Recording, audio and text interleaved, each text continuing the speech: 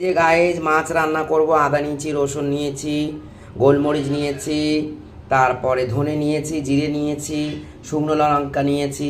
আমি শিলে বেটে রান্না করব গাইজ, আপনাদেরকে দেখাবো। মশলা বাটা হচ্ছে দেখছেন তো, আমি হাতে বেটে মশলা রান্না করি। দেখুন গাইজ, আপনাদেরকে এবার থেকে শিলে বেটে বেটে সব কিছু দেখাবো রান্না করা।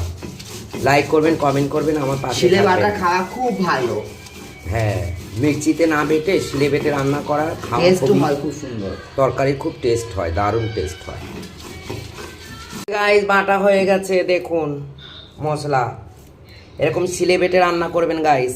বাটা হয়ে গেছে দেখুন, এইবার তুলে নিচ্ছি মশলাগুলো। শিলে মশলা বাটা হয়ে গেল, বাটিতে তুলে নিয়েছি। রান্না করব, মাছে নুন হলুদ মাখালাম, এই যে নুন হলুদ মাখি। এই যে গাইস কড়া গরম হয়ে গেছে, মাছ ভাজার জন্য তেল দিলাম গাইস, মাছগুলো ভাজবো।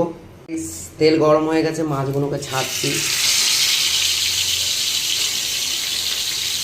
বেশ কড়া কড়া করে ভাজবো মাছগুলো।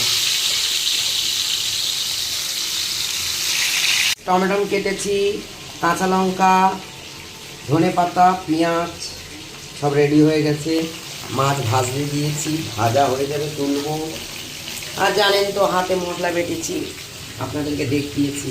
গাইস এক পাশ ভাজা হয়ে গেছে, লাল লাল হয়ে গেছে, আর এক পাশ কাঁচা ছিল, ওটাকে উল্টে দিলাম।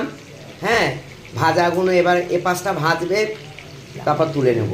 ভাজা হয়ে গেছে, মাছ ভাজাগুলো তুলে নিচ্ছি গাইস এক এক করে। এই যে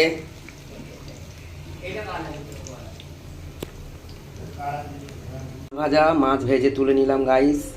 এবারে শুকনো লঙ্কা কালো জিরে ফোড়ন দিচ্ছি। এই যে শুকনো লঙ্কা কালো জিরে, এই যে পেঁয়াজগুলো দিয়ে দিচ্ছি গাইস। ফোড়ন দিলাম, ফোড়নের পরে পেঁয়াজ দিয়ে দিলাম, কটা কাঁচা লঙ্কা দিয়ে দিচ্ছি, কটা কাঁচা লঙ্কা দিয়ে দিলাম।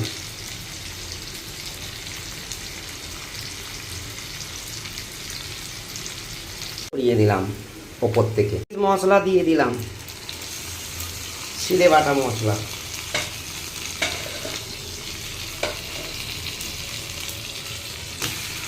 একটু নাড়িয়ে চড়িয়ে নেবো। টমেটোগুলো দিয়ে দিলাম,